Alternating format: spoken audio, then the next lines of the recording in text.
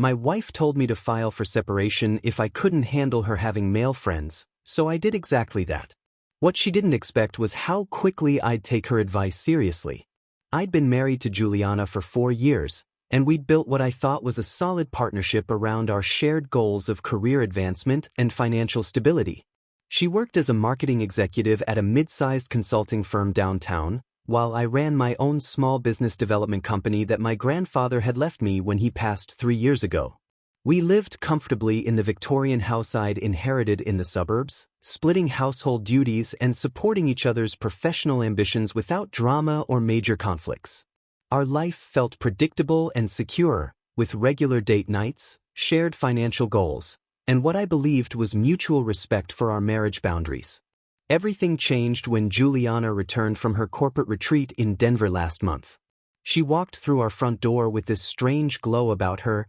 immediately launching into stories about team-building exercises and strategy sessions, but something felt different in the way she talked about her colleagues. Her energy was electric in a way I hadn't seen since our early dating days, and she kept mentioning how refreshing it was to work with people who really understood her creative vision. Then she casually mentioned that she'd be taking a week-long vacation to Napa Valley with Brendan, the new marketing director who joined her team 3 months earlier. I asked her if it was a company trip, and she laughed like I'd said something naive, explaining that it was just the two of them exploring wine country together for research purposes related to a potential client in the hospitality industry. When I pointed out that a married woman taking romantic getaways with male colleagues might send the wrong message to both her employer and our marriage, she turned cold and defensive, telling me that if I couldn't handle her having professional friendships with men, maybe I should just file for separation instead of trying to control her career networking.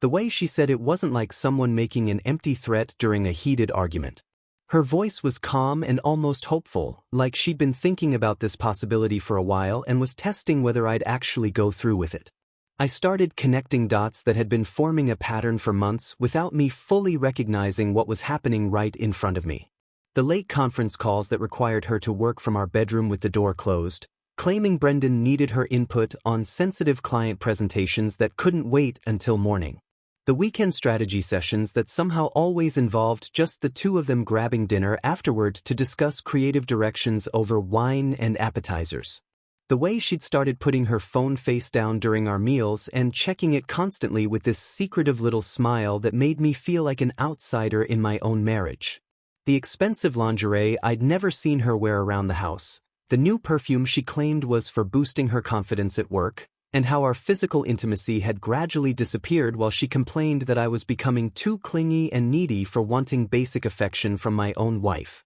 I realized this Napa Valley trip wasn't about wine research or professional development or networking opportunities. It was about Juliana testing whether I'd fight for our marriage or give her the freedom to pursue whatever was happening with Brendan without the messy complications of divorce proceedings hanging over her head. She wanted me to either become the jealous, controlling husband she could blame for pushing her away, or the doormat who'd accept her stepping outside our marriage while keeping the financial security and social status of being married to someone who owned property and ran a successful business. The calculation felt coldly practical, like she was trying to have her cake and eat it too by maintaining our marriage as a safety net while exploring other options. But there was a third option she hadn't considered, which was that I'd take her suggestion at face value and treat it like the business decision it apparently was to her.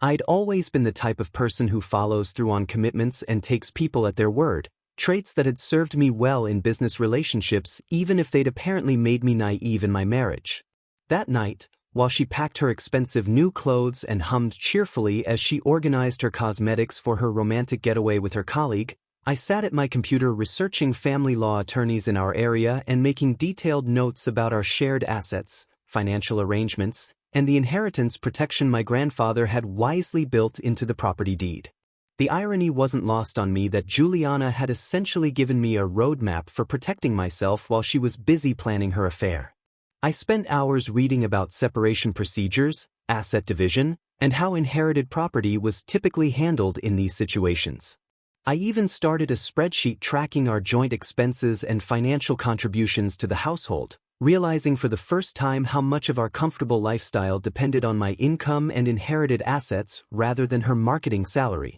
By the time she finished packing and came to bed, I had already identified 3 highly rated attorneys and drafted a list of questions about protecting my grandfather's legacy from someone who apparently viewed our marriage as a convenience rather than a commitment. If Juliana wanted me to file for separation because I couldn't handle her relationship with Brendan, then that's exactly what I was going to do, and I was going to do it thoroughly and strategically while she was out of town playing house with her new creative partner.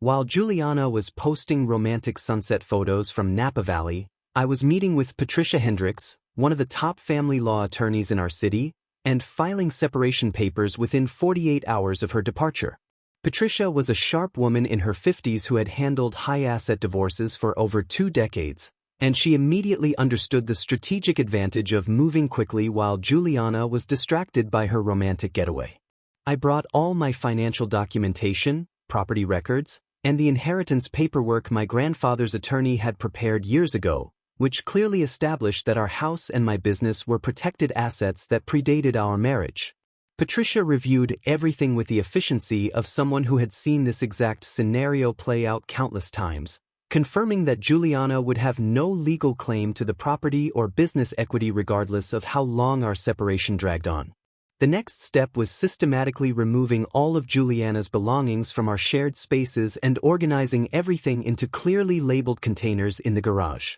I spent an entire weekend carefully packing her clothes, personal items, books, and decorative pieces she'd brought into our home over the years. Each box was labeled with detailed contents and stored neatly along the garage wall, creating an organized staging area that would make her eventual move-out process as smooth as possible. I wasn't being vindictive or careless with her things, but I also wasn't going to let sentimentality slow down the process of reclaiming my space and mental clarity. During this organizational process, I discovered financial irregularities that confirmed my suspicions about how long this affair had been developing. Hidden in her jewelry box were receipts for expensive lingerie purchases from a boutique downtown, items that cost more than she typically spent on clothes and that I'd never seen her wear around the house. There were credit card statements showing charges at high-end restaurants on dates when she'd claimed to be working late, plus hotel bookings in nearby cities that didn't match any of her claimed business travel schedules. The most damning evidence was a series of weekend charges at a luxury spa resort about 2 hours away, billed as couples packages during weekends when she told me she was attending professional development seminars.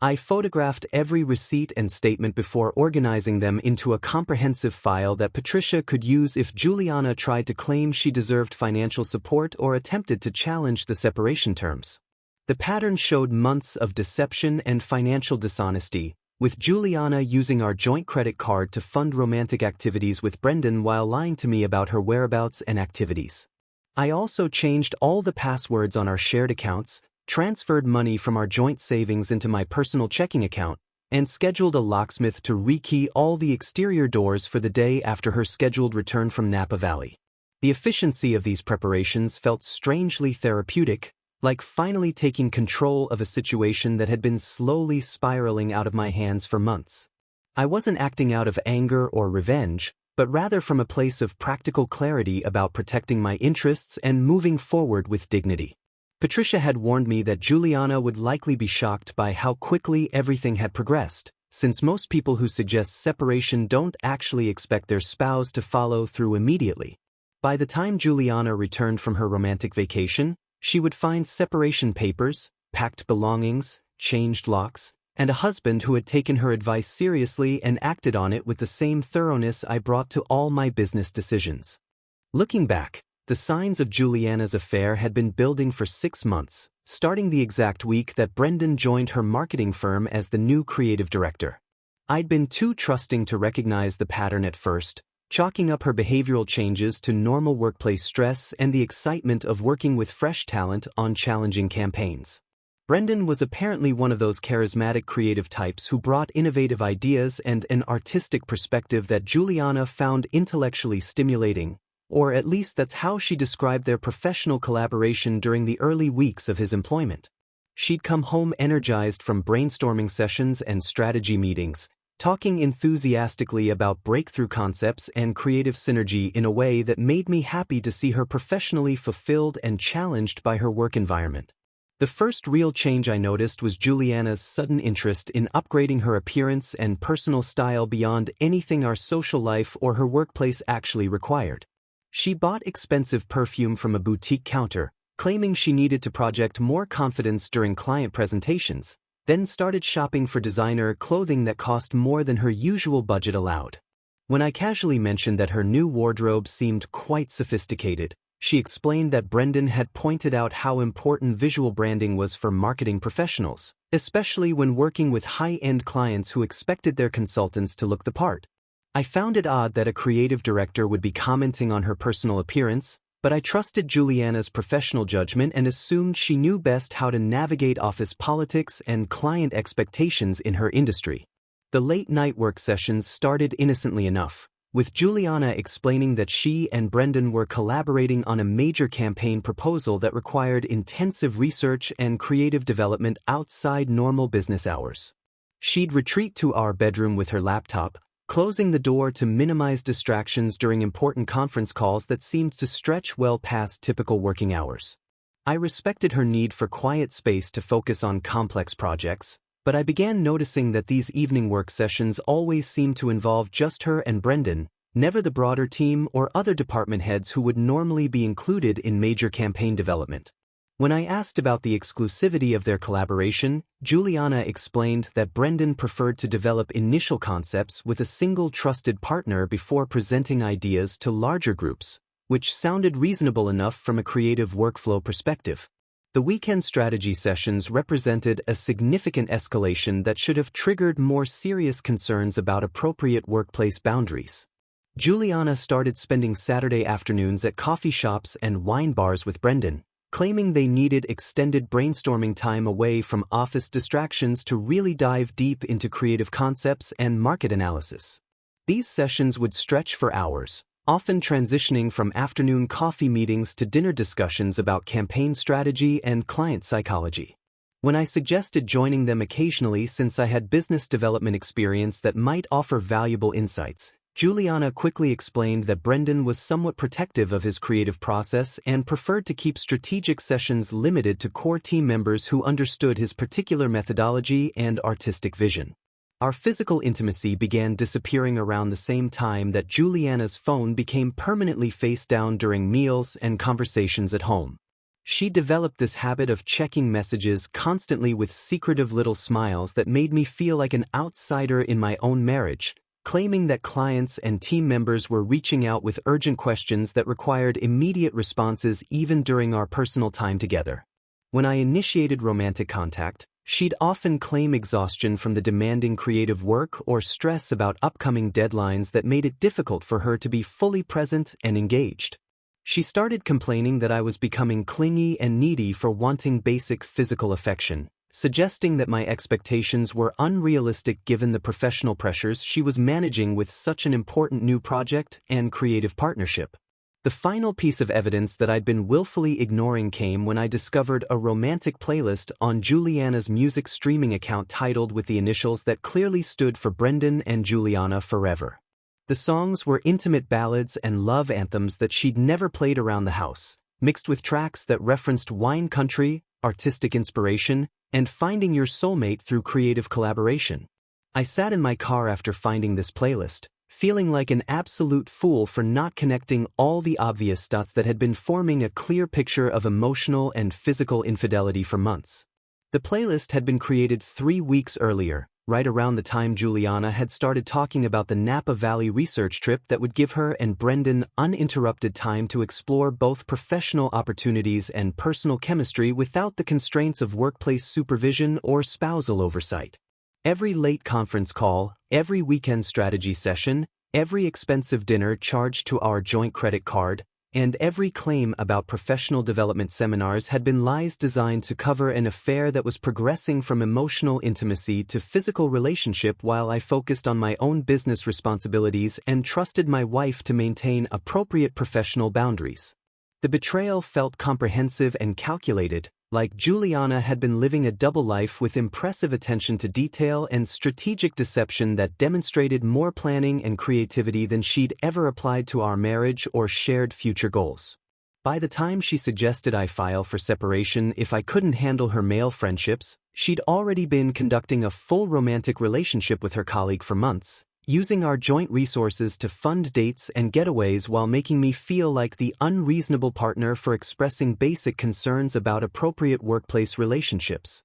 Juliana returned from Napa Valley on a Sunday evening, practically glowing with satisfaction and looking more relaxed than I'd seen her in months. She walked through the front door humming softly to herself, wheeling her expensive suitcase behind her while scrolling through her phone with the kind of dreamy expression that suggested she was reliving wonderful memories from her romantic getaway. Before I could even greet her properly, she launched into an enthusiastic recap of her incredible week, describing wine tastings at boutique vineyards, couples massage sessions at luxury spa resorts, and intimate dinners at restaurants that specialized in farm-to-table cuisine paired with exclusive vintage selections. The way she described these experiences made it crystal clear that this hadn't been any kind of professional research trip, but rather a week-long romantic vacation with her colleague that she was barely bothering to disguise as work-related travel. She showed me photos from her phone with obvious pride and excitement, pointing out scenic vineyard landscapes, elegant restaurant settings, and artistic shots of wine glasses positioned romantically on candlelit tables for two. In several pictures, I could clearly see Brendan's hands reaching across intimate dining tables, his reflection in wine glasses, and his shadow cast alongside hers during sunset walks through vineyard rows that were obviously designed for romantic couples rather than business colleagues conducting market research. The most damning photos showed them sharing plates of food, clinking champagne glasses in celebration, and posing together at overlooks with body language that screamed romantic intimacy rather than professional collaboration. When I pointed out that these images looked more like honeymoon photos than business documentation, Juliana laughed and claimed that modern marketing required authentic relationship building with creative partners to develop genuine insights about luxury hospitality experiences. It was while she was unpacking her suitcase and continuing to gush about the amazing restaurants and incredible chemistry she discovered with Brendan during their intensive creative sessions that she finally noticed the separation papers I'd left prominently displayed on our kitchen counter. Her cheerful chatter stopped mid-sentence as she spotted the legal documents alongside printed screenshots of her social media posts that clearly showed her and Brendan engaged in romantic activities throughout their week together. I watched her face transform from confused surprise to genuine shock as she realized that her husband had spent the week taking decisive legal action while she'd been playing house with her colleague in California wine country. The screenshots I'd printed included every romantic sunset photo, every intimate dinner setting, every couple's activity, and every caption that referenced finding her soulmate and experiencing life-changing connection during her transformative week away. I'd also printed her social media interactions with Brendan, including heart emojis, romantic song lyrics, and comments about how some people just understand your artistic soul in ways that others never could. When confronted with this evidence laid out systematically like a legal brief, Juliana initially tried to gaslight me by claiming that the photos were being misinterpreted and that Brendan was simply a creative partner who understood the importance of authentic experiences when developing marketing strategies for luxury hospitality clients. She insisted that their massage sessions had been purely therapeutic, designed to help them understand the spa services they might recommend to potential clients, and that their romantic dinners were simply research into fine dining experiences that could inform future campaign development. According to her increasingly desperate explanations, the intimate body language and romantic settings were just coincidental aspects of conducting thorough market research, and my interpretation of their obvious couples activities was influenced by paranoid jealousy rather than objective observation. She even claimed that Brendan was helping her understand what modern consumers expected from luxury romantic getaways, which required them to authentically experience these services together to develop credible marketing materials. But her defensive anger and frantic explanations revealed the truth more clearly than any confession could have. She was furious that I'd violated her privacy by documenting her social media posts, outraged that I'd jumped to conclusions about her professional relationships, and indignant that I'd taken legal action without giving her the opportunity to explain the innocent nature of her business trip with a valued colleague. The more she protested and tried to reframe their obvious romantic vacation as professional development, the more apparent it became that she genuinely believed she could conduct a full affair while maintaining plausible deniability about the nature of her relationship with Brendan. I calmly informed her that she had exactly 24 hours to collect her belongings and arrange alternative living arrangements before the locks would be changed on our house, and that everything she owned had already been carefully packed and organized in labeled containers in the garage for her convenience. I handed her a USB drive containing comprehensive documentation of her affair, including financial records showing misuse of our joint accounts, hotel receipts for romantic getaways that contradicted her claimed business travel, and digital evidence of her romantic relationship with Brendan that spanned several months of deception and lies. The look of genuine surprise on her face suggested that she'd never considered the possibility that her thoughtful, trusting husband might actually investigate her suspicious behavior and take decisive action to protect his interests when presented with overwhelming evidence of betrayal and financial dishonesty. Juliana's sister Monica arrived the next morning in a whirlwind of righteous indignation, clearly having received a carefully edited version of events that painted me as an unreasonable and controlling husband who couldn't handle his wife's professional success and creative partnerships. Monica had always been protective of Juliana, viewing her as the more sophisticated sister who'd escaped their working-class background through education and career ambition, so she immediately launched into a character assassination that questioned my masculinity, my trustworthiness, and my ability to support a strong, independent woman. She accused me of being paranoid and insecure for not trusting Juliana's professional relationships, suggesting that my demands for traditional marriage boundaries were outdated and incompatible with modern career women who needed to network and collaborate with male colleagues to advance in competitive industries. According to Monica's initial assessment, I was exhibiting classic controlling behavior by monitoring Juliana's social media accounts, questioning her business travel arrangements, and demanding detailed explanations of her professional activities with team members who understood her creative vision better than her husband ever could. She claimed that Juliana had confided in her about feeling suffocated by my possessive attitudes and unrealistic expectations for constant availability and attention, despite her demanding career responsibilities that required flexible scheduling and intensive collaboration with innovative colleagues like Brendan.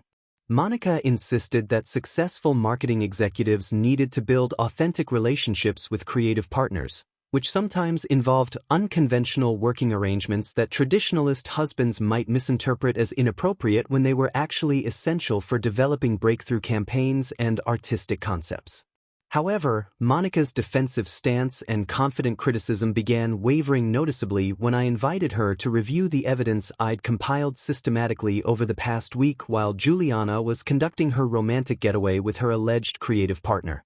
I showed her the financial documentation first, including credit card statements that revealed months of expensive dinners, luxury hotel bookings, and spa treatments charged to our joint accounts during dates when Juliana had claimed to be attending professional development seminars or working late on urgent client projects. The pattern was impossible to dismiss as legitimate business expenses, especially when cross-referenced with Juliana's actual work calendar and the company's official travel policies that clearly prohibited personal entertainment expenses being disguised as professional development activities. The hotel receipts were particularly damning because they showed romantic suites booked for weekend getaways at luxury resorts that specialized in couples retreats, complete with champagne packages, couples massage appointments, and dinner reservations for two at restaurants known for intimate dining experiences rather than business meetings or professional networking events. When Monica tried to suggest that these accommodations might have been necessary for conducting thorough market research into luxury hospitality services, I showed her the text messages I'd recovered from our shared cloud storage account that contained explicit romantic content between Juliana and Brendan discussing their physical relationship, future plans for living together, and detailed critiques of my inadequacies as a husband and provider compared to Brendan's superior qualities as a romantic partner and creative collaborator. Monica became noticeably quiet as she read through months of intimate communications that revealed the comprehensive nature of Juliana's emotional and physical affair, including discussions about finding excuses for extended travel together, strategies for hiding their relationship from workplace supervisors and suspicious spouses, and long-term plans for Juliana to leave our marriage once she felt financially secure enough to pursue a more fulfilling relationship with someone who truly understood her artistic temperament and professional ambitions. The messages also included cruel commentary about my personality, appearance, and sexual performance, with Juliana describing me as boring, clingy, and sexually inadequate compared to the passionate connection she discovered with her soulmate Brendan during their creative collaborations and romantic encounters. The final piece of evidence that completely demolished Monica's defense of her sister was Brendan's engagement announcement, which had been posted on his social media accounts just 2 days earlier while Juliana was still bragging about their incredible week together in Napa Valley. The announcement featured professional photos of Brendan proposing to a beautiful brunette woman identified as his longtime girlfriend Sarah, whom he'd apparently been dating seriously for over 2 years while conducting his affair with Juliana. The post included romantic captions about finding his true soulmate and being ready to commit to forever with the woman who completed his artistic vision, accompanied by congratulatory comments from colleagues, friends, and family members who had clearly known about his serious relationship with Sarah throughout the entire period when he was manipulating Juliana into believing she was his creative muse and romantic destiny. When confronted with undeniable proof that Brendan had been using her sister as a temporary distraction while maintaining a committed relationship with another woman, Monica's angry defense of Juliana collapsed completely into shocked silence and what appeared to be genuine sympathy for how thoroughly her sister had been deceived and manipulated. Juliana herself broke down into hysterical sobbing when she realized that her romantic soulmate had been engaged to someone else during their entire affair, meaning that everything he'd told her about finding his perfect creative partner and planning a future together had been calculated lies designed to secure sexual access and professional advantages while maintaining his real relationship with his actual fiancé. The revelation that she'd destroyed her marriage and professional reputation for a man who viewed her as nothing more than a disposable affair partner seemed to shatter her remaining dignity and self-confidence completely, leaving her facing the reality that she'd lost everything meaningful in her life for a fantasy relationship that had never been real from Brendan's perspective. With Brendan suddenly engaged to another woman and facing potential workplace consequences for conducting an inappropriate relationship with a subordinate, Juliana's desperate attempts to salvage her situation became increasingly frantic and pathetic over the following weeks. She sent me dozens of text messages begging for reconciliation, claiming that she'd been manipulated and deceived by a master manipulator who had taken advantage of her professional ambitions and artistic sensibilities to conduct an affair that meant nothing to him but had cost her everything she truly valued in life. Her messages alternated between self-pitying explanations of how she'd been victimized by Brendan's calculated seduction and angry demands that I forgive her temporary lapse in judgment since she'd learned her lesson and would never again be fooled by smooth-talking colleagues who preyed on married women seeking creative fulfillment in their careers. When I didn't respond to her increasingly desperate digital communications, she began showing up at my house unannounced, ringing the doorbell repeatedly and pounding on windows while demanding that I open the door so we could discuss our situation like mature adults who shared 4 years of marriage and genuine love despite this unfortunate misunderstanding. Her surprise visits became so frequent and disruptive that I had to contact the police for harassment warnings, which seemed to shock her into realizing that I was completely serious about ending our marriage and moving forward with my life independently. She apparently hadn't anticipated that her suggestion to file for separation would result in actual legal consequences and permanent lifestyle changes rather than serving as an empty threat designed to make me more compliant with her affair. Meanwhile, her attempts to salvage her career were failing spectacularly as the Human Resources Department launched a thorough investigation into expense account misuse and inappropriate workplace relationships between supervisors and subordinates. The financial audit revealed that Juliana had been systematically disguising personal entertainment expenses as business travel, including romantic getaways with Brendan that she'd claimed were professional development seminars and client research trips. The company's strict policies regarding romantic relationships between different management levels made her situation even more precarious, especially since Brendan was attempting to distance himself from the scandal by claiming that Juliana had pursued him aggressively and misinterpreted their professional collaboration as romantic interest despite his attempts to maintain appropriate boundaries.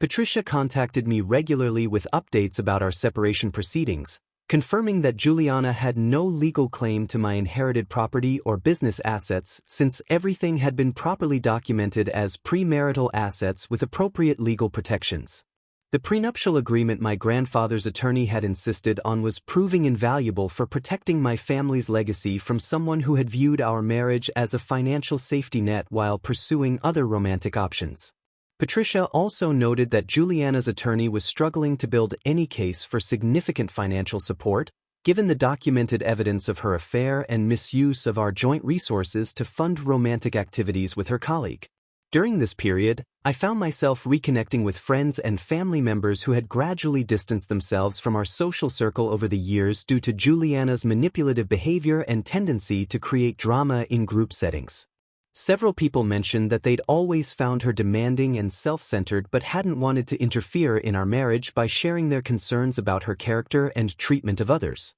My brother admitted that he'd never liked how Juliana spoke to me in public, often making cutting remarks about my appearance, career choices, or social skills that seemed designed to undermine my confidence and make me dependent on her approval for self-worth. The relief of living independently in my own space without constant criticism, financial manipulation, or emotional instability was profound and immediate. I could eat meals without someone checking their phone constantly, watch television shows that I actually enjoyed, and make financial decisions based on my own priorities rather than someone else's expensive tastes and lifestyle demands. For the first time in years, I felt like I could breathe freely and make plans for my future without worrying about whether they would meet with approval from someone who had never genuinely appreciated the stability and security I'd provided throughout our relationship.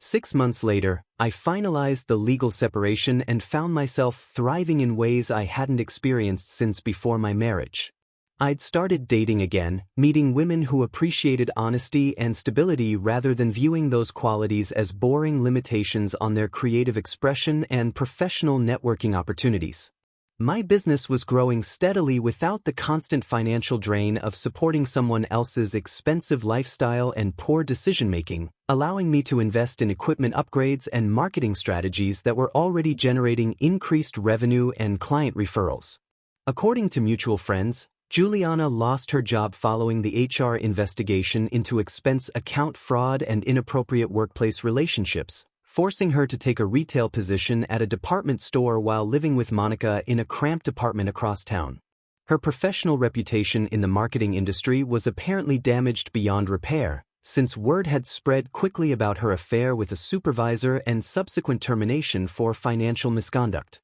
Brendan had successfully distanced himself from the scandal by throwing her under the bus during the investigation, claiming she had pursued him aggressively and misled him about her marriage status. Looking back, I realized that taking Juliana's sarcastic advice to file for separation had been the best decision I ever made, freeing me from a relationship built entirely on deception, financial exploitation, and fundamental disrespect. She'd assumed I would never follow through on her suggestion because I was too passive and dependent on her approval to take decisive action, but she'd underestimated my ability to recognize when a business partnership wasn't working and needed to be dissolved efficiently. I was grateful that she'd essentially given me permission to end our marriage, saving me years of trying to fix a relationship with someone who viewed me as a convenience rather than a partner worth cherishing.